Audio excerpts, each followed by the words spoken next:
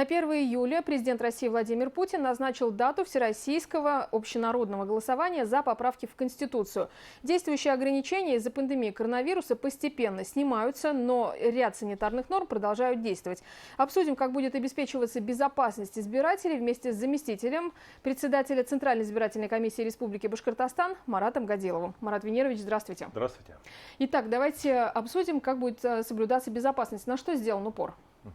Ну, всегда в работе избирательной системы упор делается на обеспечение возможности голосующих или же в период проведения выборов избирателей отдать свой выбор и сделать выбор, отдать свой голос.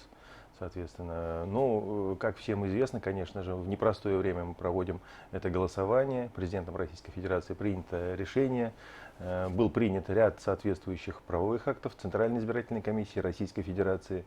Они были согласованы с Роспотребнадзором Российской Федерации, и они для нас устанавливают определенные условия, при которых мы будем проводить голосование и обеспечивать санитарно-эпидемиологическую безопасность для наших граждан, для тех людей, которые придут на избирательные участки 1 июля и в дни предшествующие ему. С 25 июня и по 1 июля можно будет проголосовать. Есть несколько вариантов. Давайте начнем с избирательных участков. Как работа будет строиться там? Ну, если говорить про 1 июля, работа будет строиться совершенно традиционно. Избирательные участки откроются в 8 часов утра и будут работать до 20 часов вечера. В этот день, 1 июля, любой избиратель может прийти на свой избирательный участок, воспользоваться правом отдать свой голос, но при этом мы хотели бы, чтобы наши избиратели, не избиратели, а голосующие, приходящие, которые будут приходить в этот день, соблюдали определенный ряд правил. Мы для этого принимаем на сегодняшний день все возможные меры. Во-первых, члены участковых избирательных комиссий полностью будут обеспечены средствами индивидуальной защиты. Это маски, это резиновые перчатки, это лицевые экраны, это халаты медицинские, это в огромном количестве, в достаточном количестве средства дезинфекции, которыми будут обрабатываться как поверхности столов, ручки дверей, все поверхности в помещении для голосования, так и руки как самих членов комиссии, так и голосующих. Когда человек приходит на избирательный участок, если вдруг у него нет с собой маски, по какой-то причине он забыл или не пользуется, конечно же, ему будет предложена маска, ему будет предложена одноразовая ручка, не одноразовая, а индивидуальная ручка, которую он сможет с собой потом унести, ему будут предложены перчатки резиновые. Этим самым эти средства, по мнению нашей вышестоящей Центральной избирательной комиссии Российской Федерации и Роспотребнадзор, утверждают, что эти средства помогут ограничить возможное распространение или возможное заражение кого-либо из голосующих или членов комиссии.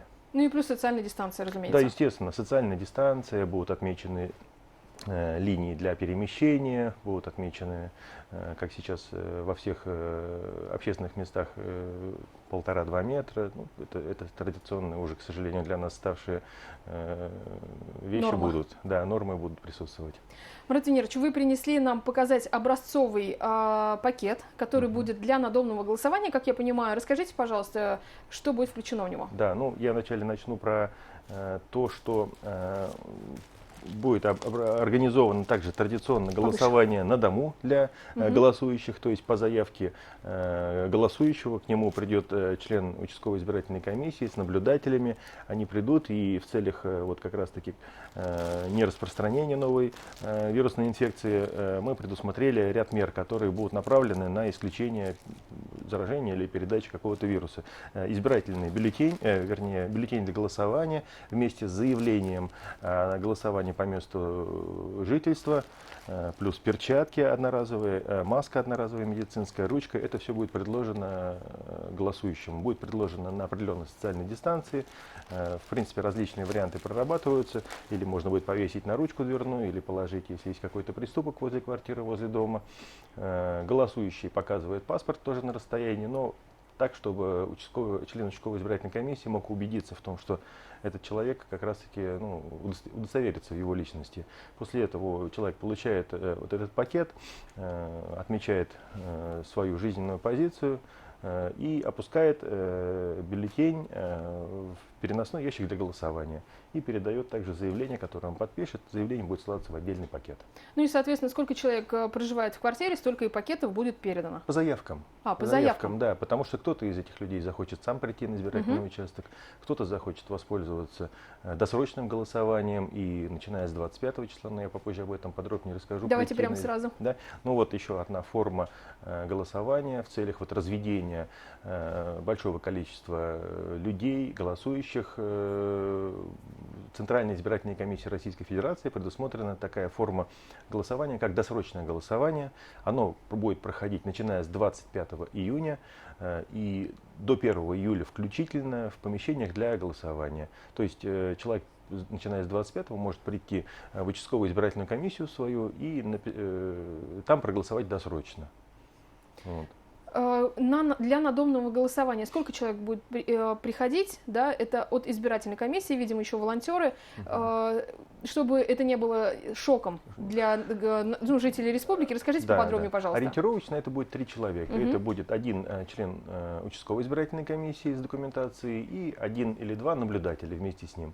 Как известно, наблюдатели будут назначены Общественной палатой Российской Федерации, Общественной палатой Республики Башкортостан. Там, насколько мы знаем, проводится очень серьезная подготовка, чтобы обеспечить наблюдение за тем, что будет происходить, начиная с 25 июня, и обеспечить законность и объективность всех происходящих процедур в участковых избирательных комиссиях. Поэтому, я думаю, жители не должны удивляться, если к ним придут 2-3 человека.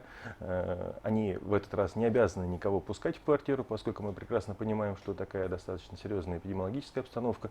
Достаточно будет получить вот пакет, про который я продемонстрировал, дома сделать свой выбор и уже вынести и сложить этот пакет в ящик для голосования.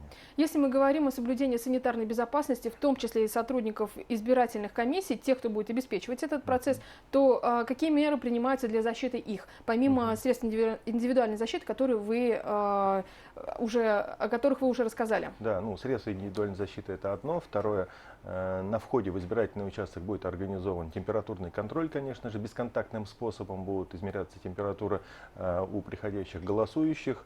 В случае, если вдруг выявляется такой человек, у которого немного повышенная температура, ему будет предложено проголосовать в отдельном помещении.